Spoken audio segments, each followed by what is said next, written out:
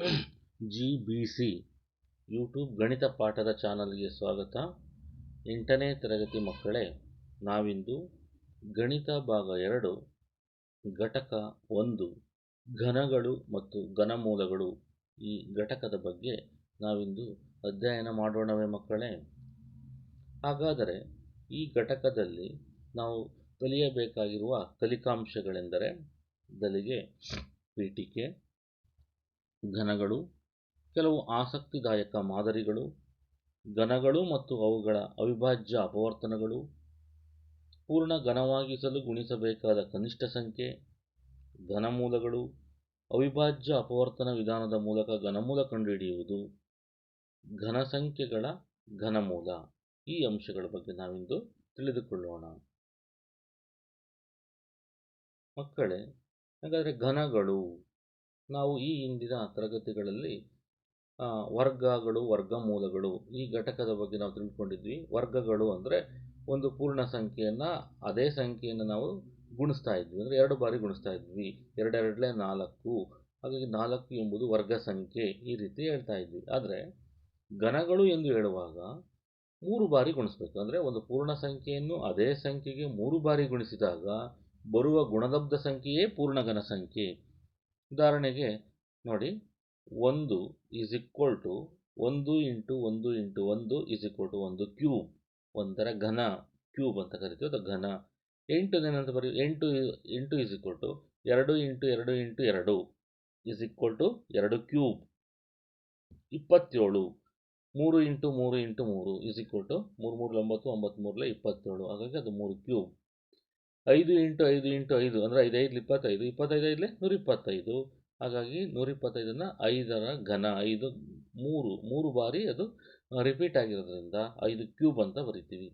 ಹೀಗೆ ಸಮಸಂಖ್ಯೆಗಳ ಘನಗಳು ಸಮಸಂಖ್ಯೆಗಳಾಗಿರುತ್ತವೆ ಹಾಗೂ ಬೆಸಸಂಖ್ಯೆಗಳ ಘನಗಳು ಬೆಸಸಂಖ್ಯೆಗಳೇ ಆಗಿರುತ್ತವೆ. ಉದಾಹರಣೆಗೆ ನೋಡಿ, 11 ಕ್ಯೂಬ್. 11 ಅಂತಕ್ಕಂಥದ್ದು ಬೆಸಸಂಖ್ಯೆ, ಇದರ ಘನವನ್ನು ಅಂದರೆ 11 × 11 × 11 11 121 121 × 11 ಗುಣಿಸಿದಾಗ ನಮಗೆ 1331 ಬರುತ್ತೆ. ಆ 1331 ಅನ್ನೋದು ಎಂತಹ ಸಂಖ್ಯೆ? ಬೆಸಸಂಖ್ಯೆ. 12 ಕ್ಯೂಬ್, 12 ಅನ್ನೋದು ಸಮಸಂಖ್ಯೆ, ಅದರ ಘನ ನೋಡಿ 1728 1728 ಎಂಬುದು ಸಮಸಂಖ್ಯೆ.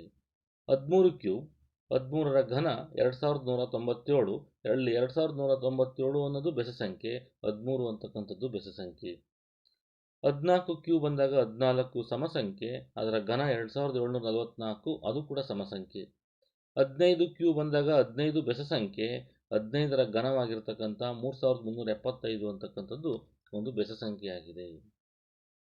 ಹಾಗಾದರೆ ಮಕ್ಕಳೇ, ನಾವು ಈ ರೀತಿ ನೋಡ್ತಾ ಹೋದರೆ, ಒಂದು ವಿನ್ಯಾಸವನ್ನು ನೋಡ್ತಾ ಹೋದರೆ ನೋಡಿ, ಸಂಖ್ಯೆಯ 1, ಈ ಸಂಖ್ಯೆಯ ಬಿಡಿಸ್ಥಾನನೂ ಕೂಡ 1, ಅದರ ಘನ 1, ಘನದ ಬಿಡಿಸ್ಥಾನ 1. 2 ಸಂಖ್ಯೆಯ ಬಿಡಿಸ್ಥಾನನ ಒಂದೇ ಇರೋದ್ರಿಂದ ಅದರ ಬಿಡಿಸ್ಥಾನವೂ ಕೂಡ 2 ಆಗಿರುತ್ತೆ. ಇದರ ಘನ ಕಂಡುಹಿಡಿದ್ರೆ 8 ಬರುತ್ತೆ. 2 2 4 4 2 8, ಅಂದರೆ 2 × 2 × 2, ಹಾಗಾದರೆ ಘನದ ಬಿಡಿಸ್ಥಾನ 8. 3 ಈ ಸಂಖ್ಯೆಯ ಬಿಡಿಸ್ಥಾನ 3 ಆಗಿರುತ್ತೆ, ಘನ 27, ಹಾಗಾದರೆ ಘನದ ಬಿಡಿಸ್ಥಾನ 7. ನಾವಿಲ್ಲಿ ಗಮನಿಸಬೇಕಾಗಿರ್ತಕ್ಕಂಥದ್ದು ನೋಡಿ, 4 ಇದರ ಈ 4 ಸಂಖ್ಯೆ 4 ಇದರ ಬಿಡಿಸ್ಥಾನ 4 ಆಗಿರುತ್ತೆ. ಘನ 64, ಅದರ ಘನದ ಬಿಡಿಸ್ಥಾನ 4 ಆಗಿದೆ.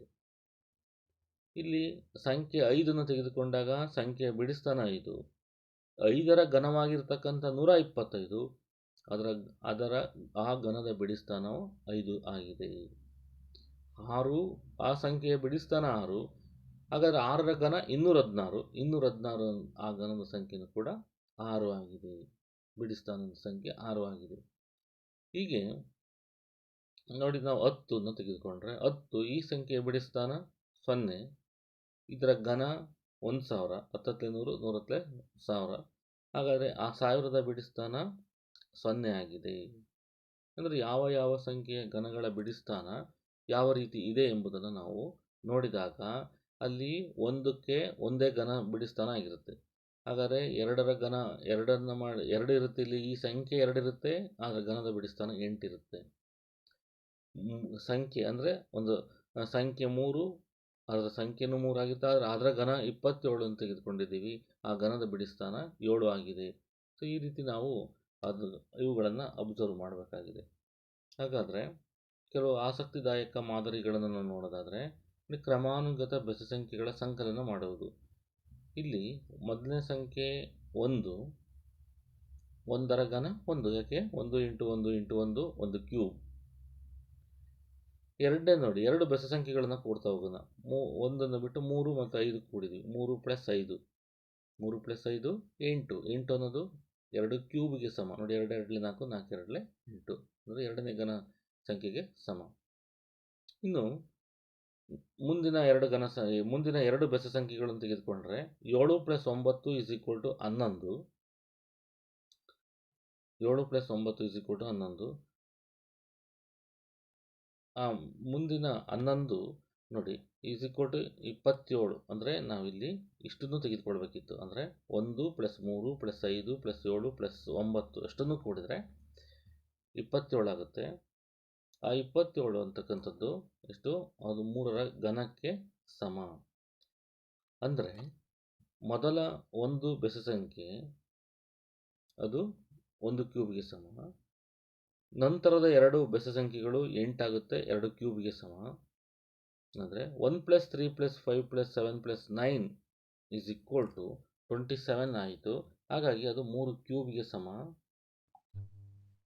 ಮಕ್ಕಳೇ, ಇಲ್ಲೊಂದು ಬದಲಾವಣೆ ಏನು ಅಂದರೆ, ನಾವು ವರ್ಗ ಸಂಖ್ಯೆಯಲ್ಲಿ ಆದಾಗ ನಾವೇನು ಮಾಡ್ತಿದ್ವಿ ಅಂದರೆ, ವರ್ಗ ಸಂಖ್ಯೆಯನ್ನು ತೆಗೆದುಕೊಂಡಾಗ ನಾವು 1 = 1.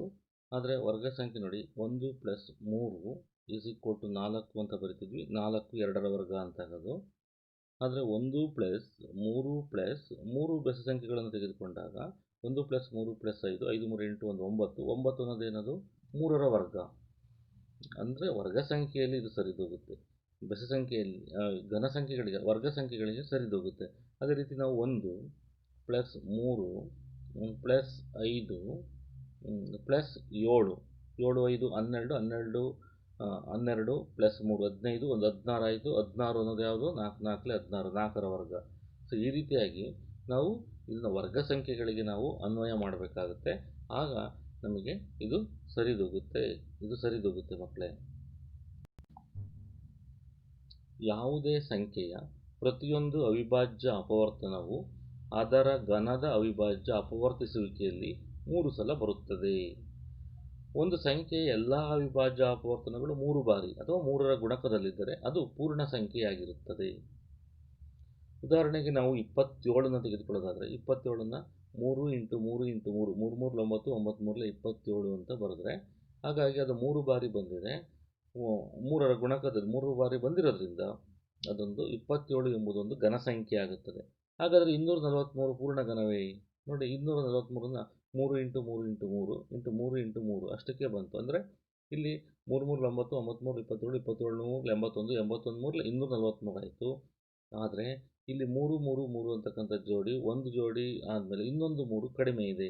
ಅಂದರೆ ಈ ಅಪವರ್ತಿಸುವಿಕೆಯಲ್ಲಿ 3ರ ತ್ರಿವಳಿಗಳ ಗುಂಪುಗಳನ್ನು ಮಾಡಿದಾಗ ನಮಗೆ ಮೊದಲನೇ 3 ಆದಮೇಲೆ ನಂತರ 3 × 3 ಹಾಗೆ ಉಳಿಯುತ್ತದೆ. ಆದ್ದರಿಂದ 243 ಪೂರ್ಣ ಘನವಲ್ಲ. ಇನ್ನೊಂದು 3 ಇರಬೇಕಿತ್ತು. ಇದ್ದಿದ್ರೆ ಮಾತ್ರ ಅದು ಪೂರ್ಣ ಘನ ಆಗ್ತಿತ್ತು. ನಾವು ಒಂದು ಲೆಕ್ಕವನ್ನು ನಾವು ಬಿಡಿಸೋದಾದರೆ ಇದರಲ್ಲಿ ಯಾವುದು ಪೂರ್ಣ ಘನ, ಯಾವುದು ಪೂರ್ಣ ಘನವಲ್ಲ ಎಂಬುದನ್ನು ನೋಡೋದಾದರೆ, ನೋಡಿ ಮಕ್ಕಳೇ, ನಾವೀಗ 216 ಈ ಸಂಖ್ಯೆಯನ್ನು ತೆಗೆದುಕೊಂಡು ಇದು ಪೂರ್ಣ ಘನವೇ ಅಲ್ಲವೇ ಎಂಬುದನ್ನು ನಾವು ಪತ್ತೆ ಹಚ್ಚೋಣ. 216 ನಾವು ಈ 216ನ್ನು ಅಪವರ್ತಿಸಿದರೆ ಬಿಡಿ ಸ್ಥಾನದಲ್ಲಿ 6 ಇದೆ. ಇಲ್ಲಿ ಏನಂತ ಬರಿತೀವಿ? 2 1 2 ನೋಡಿ 0 2 8 16. ಹಾಗಾದರೆ 2 5 10 ಮತ್ತು 2 4 8 ಮತ್ತು ಪುನಃ 2ರಿಂದ ಆಗುತ್ತೆ. 2 2 4 2 2 4 2 7 14 27 ಇದೆ. 2ರಿಂದ ಭಾಗ ಆಗಲ್ಲ, 3ರಿಂದ ಭಾಗ ಆಗುತ್ತೆ. 3 9 27 3 3 9.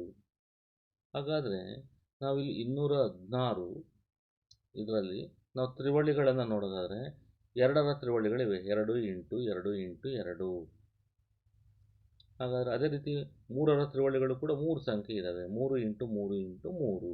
ಹಾಗಾಗಿ ಈ ತ್ರಿವಳಿಗಳು ಇರುವುದರಿಂದ ಇದು ಪೂರ್ಣ ಘನಸಂಖ್ಯೆಯೇ ಅಲ್ಲವೇ ಎಂದರೆ ಇದು ಪೂರ್ಣ ಘನಸಂಖ್ಯೆ. ಅಂದರೆ ನಮಗೆ ಯಾವುದೇ ಒಂದು ಸಂಖ್ಯೆ ಇದ್ದರೆ ಅದು 3 ಬಾರಿ ಇರಬೇಕು.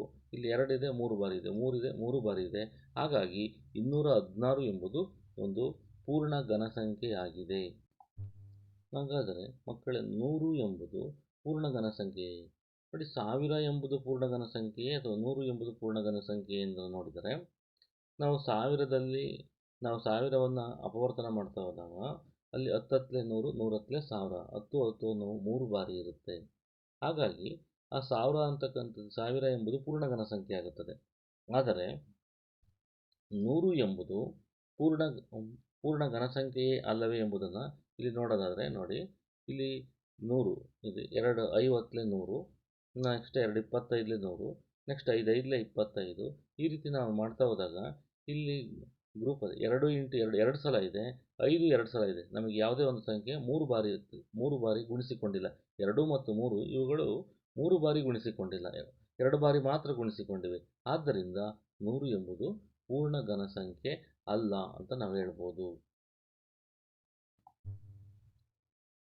ಇಲ್ಲಿ 243 ಇದು ಪೂರ್ಣ ಘನಗಳನ್ನಾಗಿ ಮಾಡಲು ಕನಿಷ್ಠ ಯಾವ ಸಂಖ್ಯೆಯಿಂದ ಗುಣಿಸಬೇಕು ಎಂಬುದನ್ನು ಕಂಡುಹಿಡಿಯಬೇಕು. ನೋಡಿ, 243 ಇದು ಘನಸಂಖ್ಯೆ ಆಗಿಲ್ಲ. ಹಾಗಾಗಿ ಘನಸಂಖ್ಯೆ ಆಗಬೇಕು ಅಂದರೆ ಕನಿಷ್ಠ ನಾವು ಯಾವ ಸಂಖ್ಯೆಯಿಂದ ಗುಣಿಸಬೇಕು ನೋಡೋಣವೇ? ಮಕ್ಕಳೇ, 243ಅನ್ನು ನಾವು ಅಪವರ್ತಿಸಿದಾಗ ಇದು 3ರಿಂದ ಭಾಗವಾಗುತ್ತದೆ. ಹಾಗಾದರೆ 3 8 24, 3 1 3, ನೆಕ್ಸ್ಟ್ ಮತ್ತೆ 3ರಿಂದ ಭಾಗವಾಗುತ್ತದೆ, 3 2 6, 3 2 6, ಮತ್ತು ಇಲ್ಲಿ 2 ಉಳ್ಕಂತು, 3 7 21, ಮತ್ತು 3 9 27, 3 9 27, ಮತ್ತು 3 3 9 ಅಂತ ಆಯಿತು. ಇಲ್ಲಿ 243 ಇದು ಪೂರ್ಣ ಘನಸಂಖ್ಯೆಯೇ ಅಲ್ಲವೇ ಎಂಬುದನ್ನು ನೋಡುವುದಾದರೆ ನಾವು ಮೊದಲಿಗೆ ತ್ರಿವಳಿಗಳನ್ನು ನಾವು ಜೋಡಿ ಮಾಡೋದಾದರೆ 3 ಇಂಟು 3 ಇಂಟು 3 ಇದೊಂದು ತ್ರಿವಳಿ ಆಯಿತು, ಇದು ಒಂದು ತ್ರಿವಳಿಗಳ ಜೋಡಿ ಆಯಿತು. ನಂತರ ಇನ್ನು ಉಳ್ಕೊಂಡಿರ್ತಕ್ಕಂಥದ್ದು 2 ಮಾತ್ರ. ನೋಡಿ, 2 ಮಾತ್ರ ಉಳ್ಕೊಂಡಿದೆ. ಹಾಗಾದರೆ ಇಲ್ಲಿ 2 ಉಳ್ಕೊಂಡಿರೋದ್ರಿಂದ ಈ ತ್ರಿವಳಿಗೆ ನಮಗೆ ಅದು ಘನ ಸಂಖ್ಯೆ ಆಗಬೇಕು ಅಂದರೆ 3 ಬಾರಿ ಗುಣಿಸಲ್ಪಟ್ಟಿರಬೇಕು. ಇಲ್ಲಿ 3 ಎಂಬುದು 3 ಬಾರಿ ಗುಣಿಸಲ್ಪಟ್ಟಿದೆ, ಮತ್ತೊಂದು ಜೋಡಿ 3 ಎಂಬುದು ಕೇವಲ 2 ಬಾರಿ ಗುಣಿಸಲ್ಪಟ್ಟಿದೆ.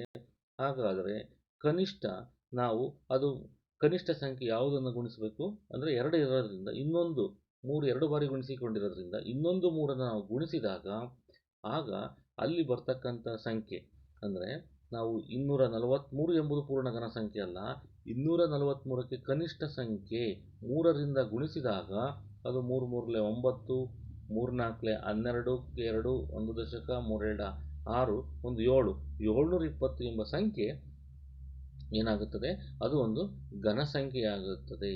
ಹಾಗಾಗಿ 243ಕ್ಕೆ ಕನಿಷ್ಠ ಸಂಖ್ಯೆ 3ರಿಂದ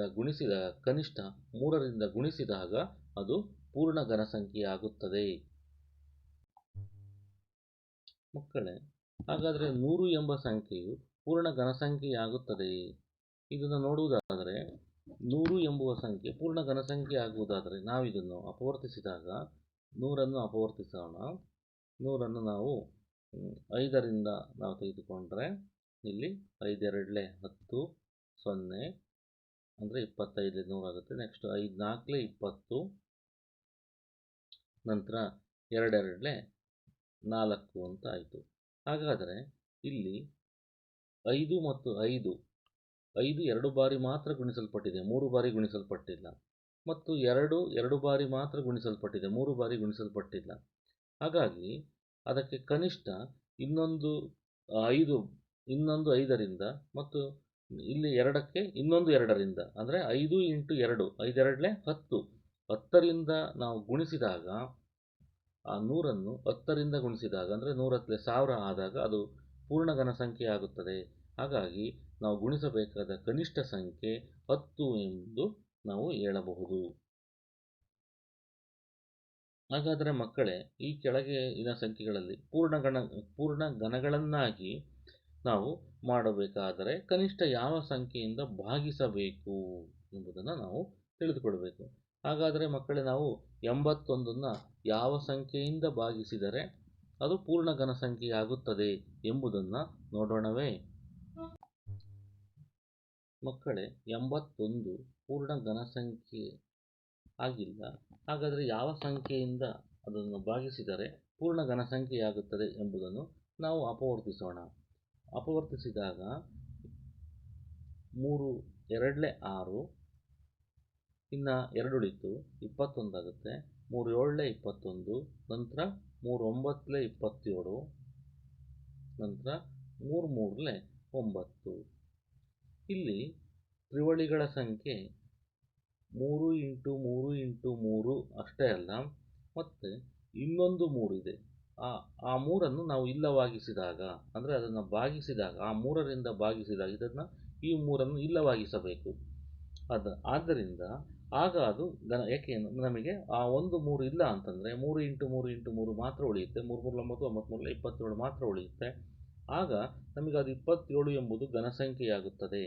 ಆ ಕಾರಣದಿಂದ ನಾವು ಈ 81ಕ್ಕೆ ಭಾಗಿಸಬೇಕಾದ ಕನಿಷ್ಠ ಸಂಖ್ಯೆ, ಅಂದರೆ ಆ 3ಅನ್ನು ನಾವು ತೆಗಿಬೇಕು ಅಂದರೆ ಆ 3ರಿಂದ ನಾವು ಭಾಗಿಸಬೇಕು. ನೋಡಿ, ಭಾಗಿಸಿದಾಗ 3 2 6, 3 7 21 ಅಂತ ಬರುತ್ತೆ. ಹಾಗಾಗಿ ಆ 27 ಎಂಬುದು ಘನಸಂಖ್ಯೆಯಾಗುತ್ತದೆ. 81 ಎಂಬುದು ಘನಸಂಖ್ಯೆ ಆಗುವುದಿಲ್ಲ. ಅಂದರೆ ನಾವು 81ನ್ನು ಕನಿಷ್ಠ 3ರಿಂದ ನಾವು ಭಾಗಿಸಿದಾಗ ಅದು ಬರ್ತಕ್ಕಂಥ 27 ಎಂಬುದು ಘನಸಂಖ್ಯೆಯಾಗುತ್ತದೆ. ಮಕ್ಕಳೇ, ಇದೇ ರೀತಿ ನಾವು ನೋಡುವುದಾದರೆ 135ನ್ನು ಕನಿಷ್ಠ ಯಾವ ಸಂಖ್ಯೆಯಿಂದ ಭಾಗಿಸಿದರೆ ಅದು ಪೂರ್ಣ ಘನಸಂಖ್ಯೆಯಾಗುತ್ತದೆ ಎಂಬುದನ್ನು ನೋಡುವುದಾದರೆ, ನೋಡಿ, 135ನ್ನು ನಾವು ಅಪವರ್ತಿಸಿದಾಗ 135 = 3 × 3 × 3 × 5, ಅಂದರೆ 3 3 9, 9 3 27, 27 5 135 ಆಗುತ್ತೆ. ಆದರೆ ಇಲ್ಲಿ ಅವಿಭಾಜ್ಯ ಅಪವರ್ತನ 5 3 ಸಲ ಇಲ್ಲ. ಆದ್ದರಿಂದ 135 ಪೂರ್ಣ ಘನವಲ್ಲ. ಇದನ್ನು ಪೂರ್ಣ ಘನವನ್ನಾಗಿಸಲು ನಾವು 1 5ಅನ್ನು ಇಲ್ಲವಾಗಿಸಬೇಕು. 135ನ್ನು 5ರಿಂದ ಭಾಗಿಸಿದರೆ 1 5 ಇರುವುದಿಲ್ಲ. ಅಂದರೆ 135 ÷ 5 ಮಾಡಿದಾಗ ಆ 5 ಹೊರಟೋಗಿ ನಮಗೆ ಕೇವಲ ನಾವು ಭಾಗಾಕಾರ ಮಾಡಿದಾಗ 27 ಉಳಿಯುತ್ತದೆ. ಆದ್ದರಿಂದ ಆ 27 ಎಂಬುದು ಒಂದು ಪೂರ್ಣ ಘನವಾಗಿದೆ. ಆದ್ದರಿಂದ 135ನ್ನು ಪೂರ್ಣ ಘನವನ್ನಾಗಿಸಲು ನಾವು ಭಾಗಿಸಬೇಕಾದ ಕನಿಷ್ಠ ಸ್ವಾಭಾವಿಕ ಸಂಖ್ಯೆ 5 ಆಗಿರುತ್ತದೆ.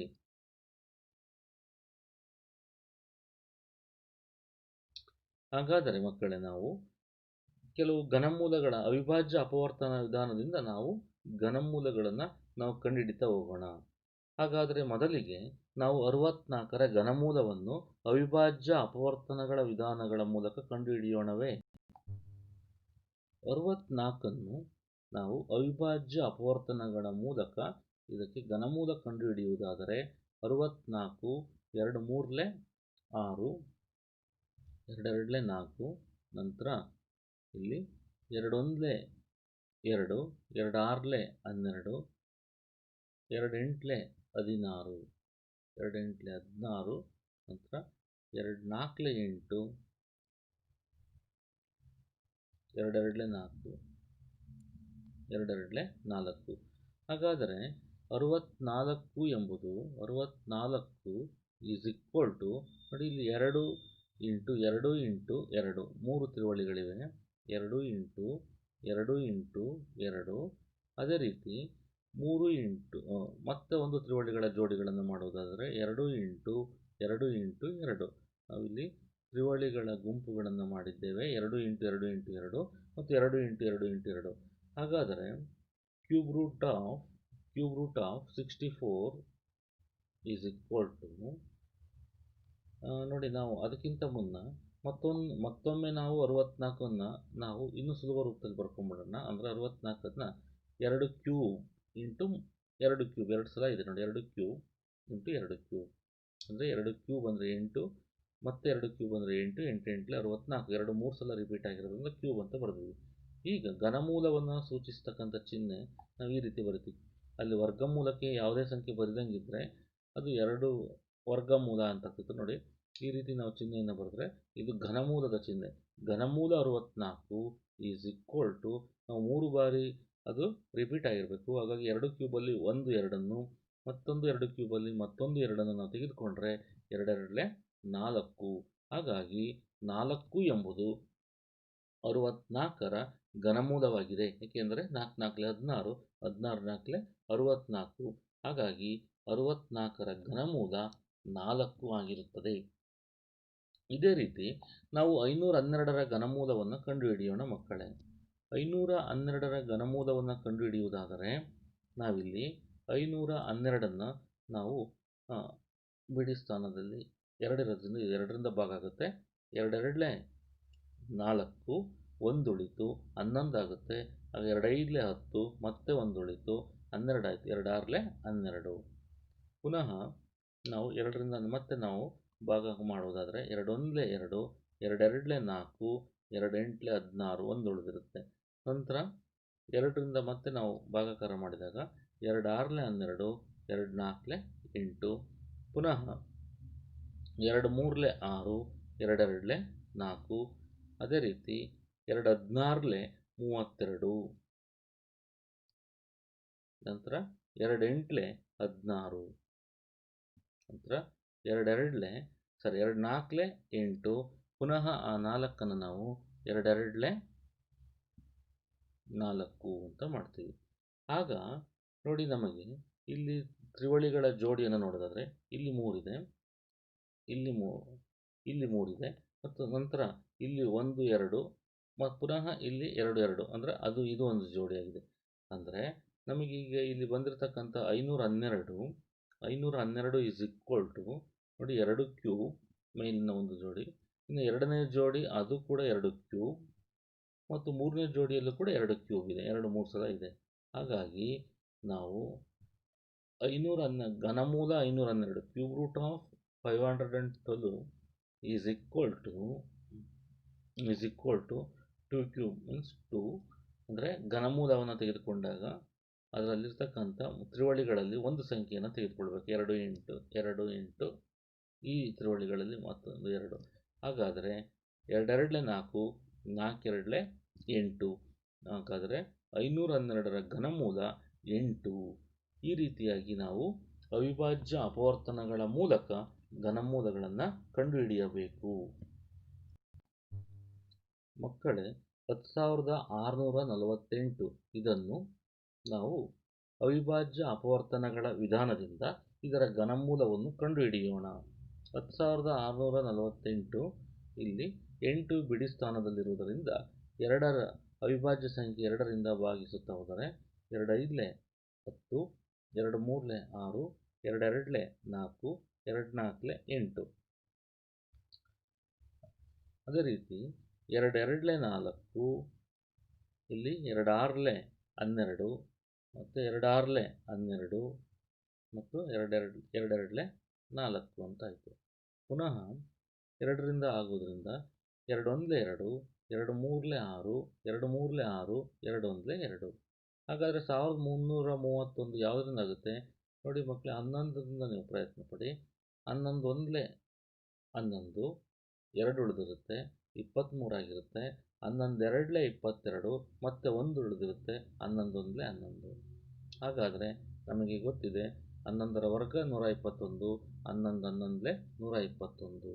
ಹಾಗಾದರೆ ನಾವು ಇಲ್ಲಿ 10648 ಇದಕ್ಕೆ ತ್ರಿವಳಿಗಳನ್ನು ನಾವು ಪಟ್ಟಿ ಮಾಡೋದಾದರೆ 10648ರಲ್ಲಿ ನೋಡಿ ಮಕ್ಕಳು, ಇಲ್ಲಿ 10648ರಲ್ಲಿ ಇಲ್ಲಿರ್ತಕ್ಕಂಥ ಈ 3 ಕೂಡ ತ್ರಿವಳಿಗಳು, ಮತ್ತು ಇಲ್ಲಿರ್ತಕ್ಕಂಥ ಇವು 3 11 11 11 ಇವು 3 ಈ ತ್ರಿವಳಿಗಳ ಗುಂಪು. ಹಾಗಾದರೆ ಇದನ್ನು ನಾವು 2 × 2 × 2 2 ಕ್ಯೂಬ್ ಅಂತ ಬರೆಯೋದಾದರೆ ಈಸ್ ಈಕ್ವಲ್ ಟು 2 ಕ್ಯೂಬ್ ಅಂತ ಬರೆದ್ವಿ. ಅದೇ ರೀತಿ 11 × 11 × 11 11 ಕ್ಯೂಬ್ ಅಂತ ಬರೆದ್ವಿ. ಈ ಕಾರಣದಿಂದ cube root of 10,648 10648 is equal to 2 × 11. ಹಾಗಾದರೆ 10,000 ಇಲ್ಲಿ 11 22. 22 ಎಂಬುದು 10,648ರ ಘನಮೂಲವಾಗಿದೆ. ಮಕ್ಕಳೇ, 15,625 ಇದರ ಘನಮೂಲವನ್ನು ಅವಿಭಾಜ್ಯ ಅಪವರ್ತನ ವಿಧಾನದಿಂದ ಕಂಡುಹಿಡಿಯಿರಿ ಎಂದು ಕೊಟ್ಟಿದ್ದಾರೆ. ಹಾಗಾದರೆ 15,625 ನಾವು ಅಪವರ್ತಿಸಿದಾಗ 5ರಿಂದ ಬಿಡಿ ಸ್ಥಾನದಲ್ಲಿ 5 ಇರುವುದರಿಂದ 5ರಿಂದ ಭಾಗವಾಗುತ್ತದೆ. 5 3 15, 5 1 5, ನಂತರ 5 2 10, 5 5 25. ಪುನಃ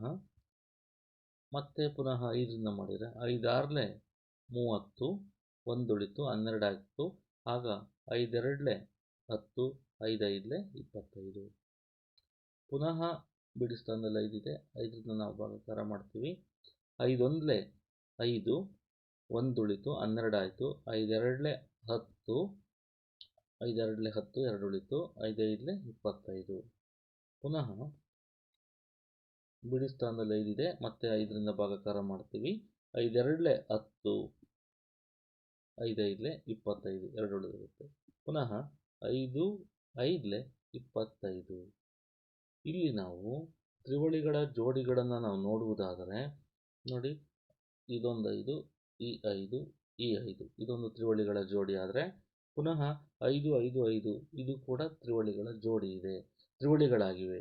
ಹಾಗಾಗಿ ತ್ರಿವಳಿಗಳ ಗುಂಪು 3. 5 ಇಲ್ಲಿ 3 ಬಾರಿ ಗುಣಿಸಿದೆ, ಪುನಃ ಮತ್ತೆ 5 3 ಬಾರಿ ಗುಣಿಸಲ್ಪಟ್ಟಿದೆ. ಹಾಗಾಗಿ ನಾವು 15,625ರ ಘನಮೂಲವನ್ನು ಹೇಳುವುದಾದರೆ 15,625 is equal to 5 cube into 5 cube. ಯಾಕೆ 6 ಬಾರಿ ಇದೆ, ಹಾಗಾಗಿ ನಾವು 3 ಬಾರಿ ಪ್ರತ್ಯೇಕವಾಗಿ ಬರೆಯೋದಾದರೆ 5 ಕ್ಯೂಬ್ ಇಂಟು 5 ಕ್ಯೂಬ್. 5 3 ಬಾರಿ ಮತ್ತು 3 ಬಾರಿ ಪುನಃ ಪುನರಾವರ್ತಿಸಿದೆ. ಆದ್ದರಿಂದ ಕ್ಯೂಬ್ ರೂಟ್ ಆಫ್ ಘನಮೂಲ 15,625 ಈಸ್ ಈಕ್ವಲ್ ಟು 5 ಇಂಟು 5. ಹಾಗಾದರೆ 5 5 25. 25 ಎಂಬುದು 15,625ರ ಘನಮೂಲವಾಗಿದೆ. ಮಕ್ಕಳೇ, 13,824 ಇದರ ಘನಮೂಲವನ್ನು ನಾವು ಕಂಡುಹಿಡಿಯುವುದಾದರೆ ಅವಿಭಾಜ್ಯ ಅಪವರ್ತನ ವಿಧಾನದಿಂದ ಬಿಡಿ ಸ್ಥಾನದಲ್ಲಿ 4 ಇರೋದ್ರಿಂದ ನಾವು 2ರಿಂದ ಭಾಗಾಕಾರ ಮಾಡ್ತಾ ಹೋದರೆ 2 6 12, 1 ಉಳಿತು 18 ಆಯಿತು. ಆಗ 2 9 18, 2 1 2, 2 2 4. ಪುನಃ 2ರಿಂದ 2 3 6, 2 4 8, 1 ಉಳಿತು 11 ಆಯಿತು. 2 5 10, 2 6 12. ಪುನಃ 2ರಿಂದ ನಾವು ಮಾಡ್ತಾ ಹೋದಾಗ 2 1 2, 1 ಉಳಿತು 14 ಆಯಿತು. 2 7 14, 2 2 4, 2 8 16. ಪುನಃ 2ರಿಂದ ನಾವು ಮಾಡ್ತಾ ಹೋಗ್ತೀವಿ. 2 6 12, ಎರಡು ಇಲ್ಲಿ 17 ಇರೋದ್ರಿಂದ 2 8 16, 2 8 16, ನಂತರ 1 ಉಳಿದಿರುತ್ತೆ 12 ಆಗಿರುತ್ತೆ. 2 6 12, 2 4 8. ಪುನಃ 2ರಿಂದ ತೆಗೆದುಕೊಳ್ಳೋದಾದರೆ 2 4 8, 2 3 6, 2 2 4. ಪುನಃ ಮತ್ತೆ 2ರಿಂದ ಆಗ್ತಾ ಇದೆ. ಹಾಗಾಗಿ 2 2 4, 2 1 2, 1 ಉಳಿತು 2 6 12. ಹಾಗಾದರೆ 216ನ್ನು ನಾವು ಈ ಕಡೆ ತೆಗೆದುಕೊಂಡು ನಾವು ಮಾಡೋದಾದರೆ 216. ಪುನಃ 2 1 2, 0 ತಗೋಬೇಕು. 2 8 16, ಪುನಃ ಬಿಡಿ ಸ್ಥಾನದಲ್ಲಿ 2 ಇದೆ. ಹಾಗಾಗಿ 2 5 10, 2 4 8, ಪುನಃ 2 2 4, 2 7 14, 1 ಉಳಿದಿರುತ್ತೆ. 2 7 14. 27 2ರಿಂದ ಭಾಗ ಆಗೋದಿಲ್ಲ, ಆದರೆ 3ರಿಂದ ಭಾಗವಾಗುತ್ತದೆ. 3 9 27, ಮೂರು ಮೂರಲೆ 9, ಮೂರು ಮೂರಲೆ 9 ಮಕ್ಕಳೇ, 13,824ರಲ್ಲಿ ತ್ರಿವಳಿಗಳ ಜೋಡಿಗಳನ್ನು ನಾವು ನೋಡುವುದಾದರೆ ಇಲ್ಲಿ ಮೊದಲಿಗೆ 2 × 2 × 2 ಇದೊಂದು ತ್ರಿವಳಿಗಳ ಜೋಡಿ ಆದರೆ ಪುನಃ 2 × 2 × 2 ಇಲ್ಲಿ ಮತ್ತೊಂದು ಜೋಡಿ ಇದೆ. ಇನ್ನೂ ಒಂದು 2 × 2 ಅಂತಕ್ಕಂಥ ಮತ್ತೊಂದು ಜೋಡಿ 3 ಬಾರಿ ಗುಣಿಸಲ್ಪಟ್ಟಿದೆ. 2 × 2 × 2 ಕೊನೆಯದಾಗಿ ಇಲ್ಲಿ 3 3 ಮತ್ತು 3 ಎಂಬುದು 3 ಬಾರಿ ಗುಣಿಸಲ್ಪಟ್ಟಿದೆ. ಹಾಗಾದರೆ ನಾವಿಲ್ಲಿ 13,824ರಲ್ಲಿ ತ್ರಿವಳಿಗಳ ಜೋಡಿಗಳಾಗಿ ಮಾಡಿ ಘನಮೂಲವನ್ನು ಕಂಡುಹಿಡಿಯುವುದಾದರೆ 13,824 ಈಸ್ ಈಕ್ವಲ್ ಟು 2 ಎಂಬುದು ಒಟ್ಟಾರೆ ನಮಗೆ ಇಲ್ಲಿ 9 ಬಾರಿ ಬಂದಿದೆ. ಆದರೆ ಅದನ್ನು ನಾವು 3 ಬಾರಿ ನಾವು ಪ್ರತ್ಯೇಕ ಮಾಡಿದಾಗ 2⁻³ × 2⁻³ ಅದೇ ರೀತಿ × 3⁻³ ಅದು ಒಂದು ಬಾರಿ 3⁻³ ಹಾಗಾದರೆ ನಮಗೆ 13,824ರ ಘನಮೂಲ ಈಸ್ ಈಕ್ವಲ್ ಟು ಅಲ್ಲಿಂದ 2 ಕ್ಯೂಬಿಂದ 1, ಮತ್ತೊಂದು 2 ಕ್ಯೂಬಿಂದ ಮತ್ತೊಂದು 2, ಮತ್ತೊಂದು 2 ಕ್ಯೂಬಿಂದ ಮತ್ತೊಂದು 2, ಅದೇ ರೀತಿ 3 ಕ್ಯೂಬಿಂದ 1, 2 2 4, 4 2 8, 8 3 24. ಹಾಗಾದರೆ 13,824ರ ಘನಮೂಲ 24 ಎಂದು ಹೇಳಬಹುದು. ಮಕ್ಕಳೇ, 27,000 ಇದರ ಘನಮೂಲವನ್ನು ಅಪವರ್ತನ ವಿಧಾನದಿಂದ ಕಂಡುಹಿಡಿಯೋಣವೇ?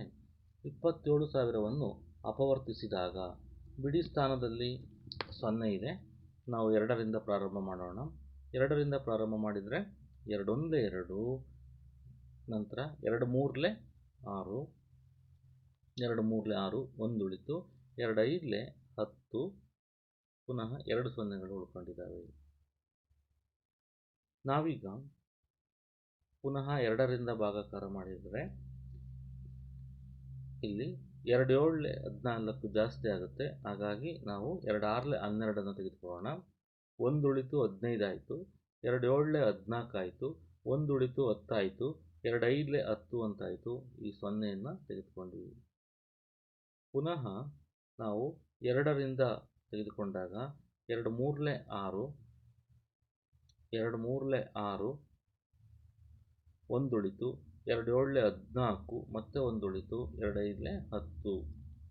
ಇಲ್ಲಿ ಬಿಡಿ ಸ್ಥಾನದಲ್ಲಿ 5 ಇದೆ. ಹಾಗಾಗಿ ಮಕ್ಕಳು 5ರಿಂದ ನಾವು ಭಾಗಾಕಾರ ಮಾಡ್ತಾ ಹೋದರೆ 5 6 30, 3 ಉಳಿತು 37 ಆಗುತ್ತೆ, 5 7 35, 2 ಉಳಿಯುತ್ತೆ 25 ಆಗುತ್ತೆ, 5 5 25. ಬಿಡಿ ಸ್ಥಾನದಲ್ಲಿ 5 ಇರೋದ್ರಿಂದ ಪುನಃ ನಾವು 5ರಿಂದ ಭಾಗಿಸಿದಾಗ 5 1 5, 1 ಉಳಿತು 17 ಆಗುತ್ತೆ, 5 3 15, 2 ಉಳಿಯುತ್ತೆ 25 ಆಗುತ್ತೆ, 5 5 25. ಪುನಃ 5ರಿಂದ ಭಾಗಿಸಿದಾಗ 5 5 2 10, 3 ಉಳಿತು 5 7 35. ಹಾಗಾದರೆ ಉಳಿದಿರತಕ್ಕಂಥ 27ನ್ನು ನಾವು ಪುನಃ ಅಪವರ್ತಿಸುವುದಾದರೆ 3 9 27, 3 3 9. ಹಾಗಾದರೆ ಇಲ್ಲಿ ನಾವು ತ್ರಿವಳಿಗಳನ್ನು ನಾವು ನೋಡುವುದಾದರೆ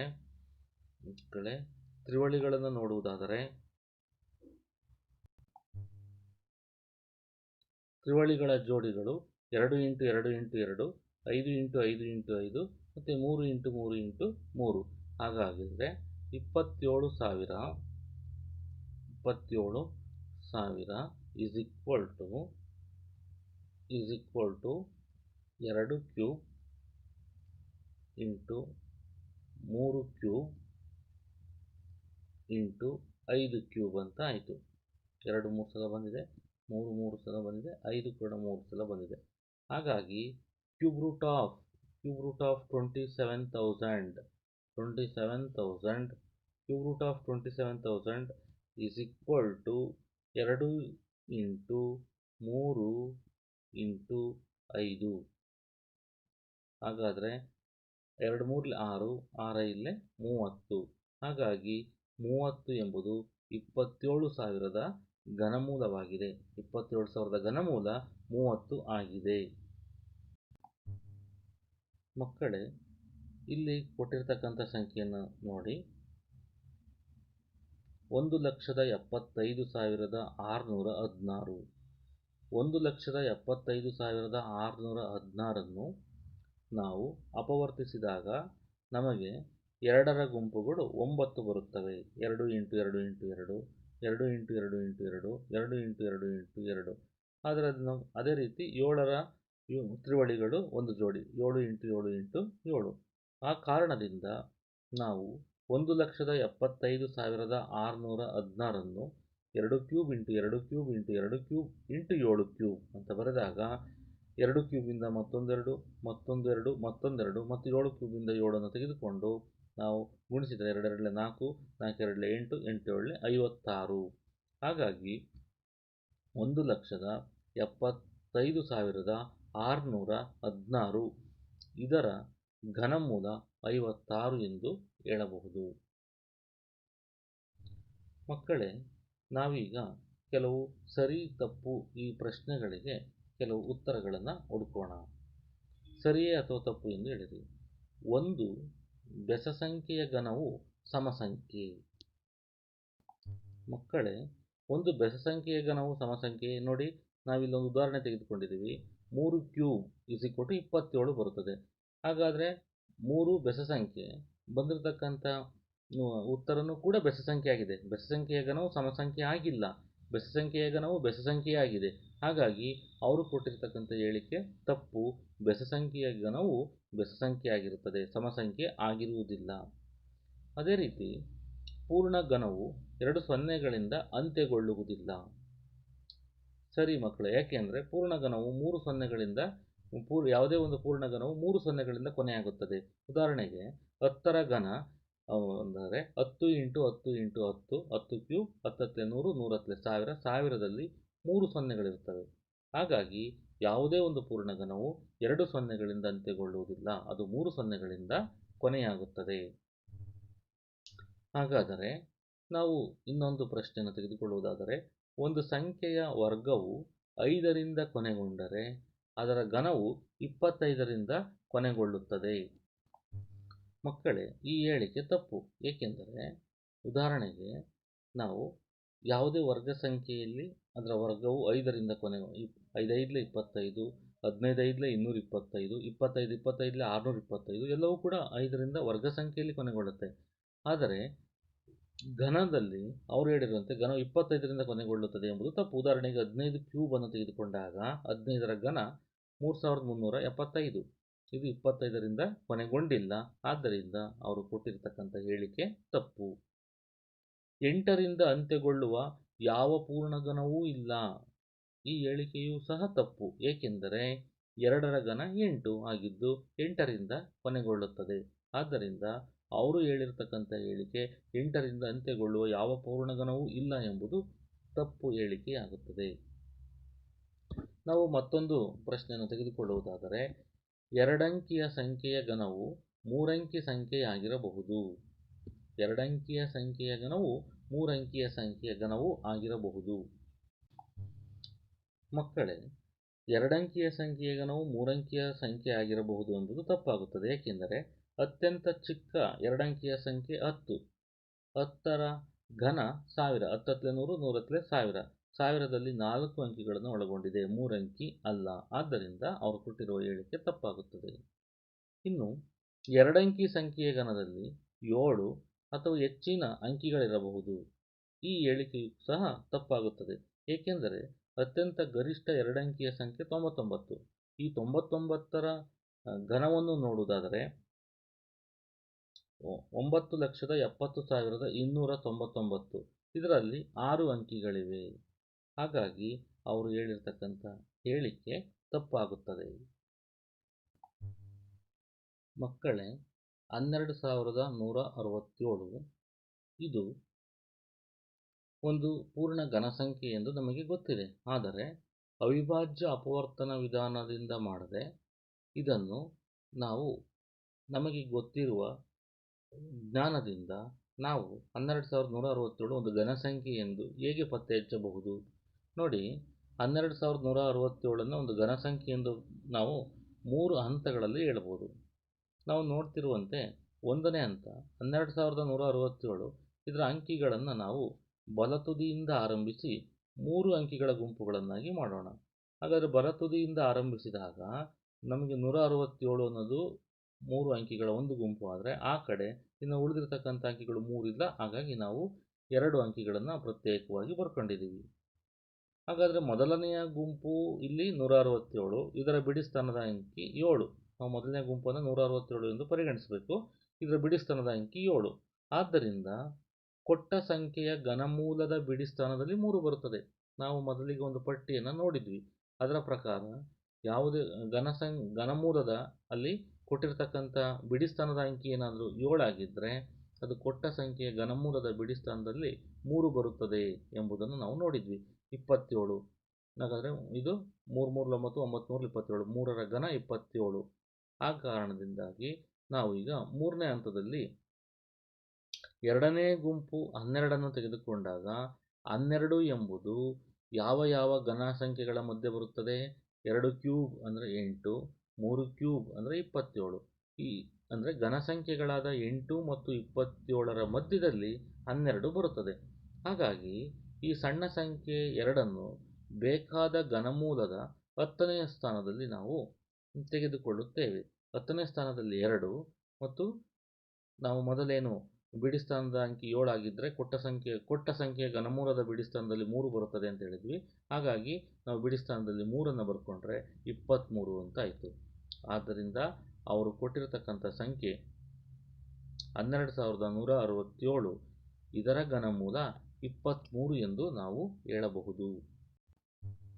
ಮಕ್ಕಳೇ, ಇದೇ ರೀತಿ ಮತ್ತೊಂದು ಸಂಖ್ಯೆ 1331 ಕೊಟ್ಟಿದ್ದಾರೆ. ಇದು ನಮಗೆ ಪೂರ್ಣ ಘನವೆಂದು ತಿಳಿದಿದೆ.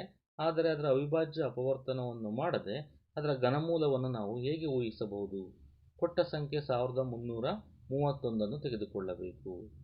ಇದರ ಬಲತುದಿಯಿಂದ ಆರಂಭಿಸಿ 3 ಅಂಕಿಗಳ ಗುಂಪುಗಳನ್ನಾಗಿ ಮಾಡುವುದಾದರೆ ಬಲತುದಿಯಿಂದ ಹೋದಾಗ 331 3 ಅಂಕಿಗಳ ಒಂದು ಗುಂಪಾಯಿತು. ಇನ್ನು ಉಳಿದಂಥ ಒಂದೇ ಒಂದು ಅಂಕಿಯನ್ನು ನಾವು ಈ ಕಡೆ ಬರ್ಕೊಂಡಿದ್ದೀವಿ. ಹಾಗಾದರೆ ನಾವು ಎರಡನೇ ಹಂತದಲ್ಲಿ ಮೊದಲನೇ ಗುಂಪು 331, ಇದರ ಬಿಡಿ ಸ್ಥಾನದ ಅಂಕಿ ಎಷ್ಟು? 1.